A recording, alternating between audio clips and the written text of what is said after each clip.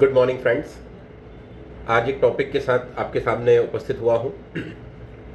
जैसा कि अप्रैल चल रहा है और अप्रैल में एक कंप्लायंस कंपनी सेक्रेटरीज को कंपनी के सिलसिले में ड्यू है, वो है MSME 1 MSME 1 फॉर्म, जो हमें 6 मंथली कंप्लायंस करना है। साल में 2 बार ये फॉर्म हमें अपलोड करना होता है। सेक्शन 405 ऑफ कंपनीज एक्ट 2013 ये प्रोविज़न एप्लीकेबल है। Half yearly return is required to be filed to MCA। किन के लिए ज़रूरी है? जिनने MSME से गुड्स या सर्विसेज हायर की हैं, खरीदी हैं, और इनका पेमेंट ड्यू डेट से 45 डेज क्रॉस हो चुका है। तो outstanding dues exceeding 45 days to the registered MSME enterprises. Objective of the MSME 1 form is to monitor delay in payment to MSME suppliers and ensure timely settlement. MSME को एक तरह से protect करने के लिए, उनके पेमेंट को इंश्योर करने के लिए ये फॉर्म लॉन्च किया गया है। और इस फॉर्म को हमें किन कंपनी के ऊपर एप्लीकेबल है? MSME 1 is applicable to all the companies, private companies, public companies और 1 पर्सन कंपनी जो कि MSME से कुछ गुड्स या सर्विसेज खरीदती हैं। और इसमें एक नोट करने वाला पॉइंट ये है कि MSME जो है उसमें माइक्रो, स्मॉल और मीडियम एंटरप्राइजेज आते हैं। तो स्पेसिफिकली माइक्रो और स्मॉल एंटरप्राइजेस को इसमें MSME 1 में कंसिडर करना है।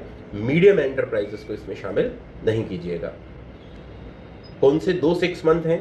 तो पहला है, अगर हम देखें कि आज की बात हम करें, जो 31 मार्च 2026 को जो 6 मंथ कंप्लीट हुए हैं, वो हुए हैं अक्टूबर, नवंबर, दिसंबर, जनवरी, फरवरी, मार्च। और इसके बाद का 6 मंथ आएगा अप्रैल, मई, जून, जुलाई, अगस्त एंड सितंबर। तो एक 6 माही खत्म होती है 30 सितंबर को और एक 6 मंथ कंप्लीट होता है 31 मार्च को।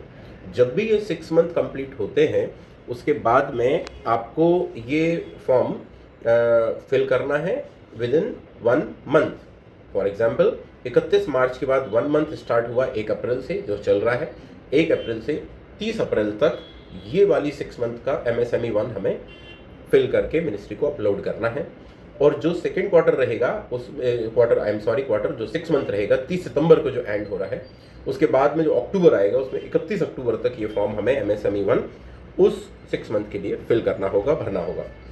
इसमें डायरेक्टर का साइन लगेगा और इस फॉर्म में एक एक्सेल शीट अटैच होती है जिसमें हमें ये पर्टिकुलर्स फिल करने होते हैं। Number 1, name of the supplier, PAN number of the supplier, due amount within 45 days और after 45 days, date of the due of the amount, reason for delay और कितने दिन का डिले है, इसकी डिटेल हमें एक्सेल शीट में इसमें अटैच करनी होती है।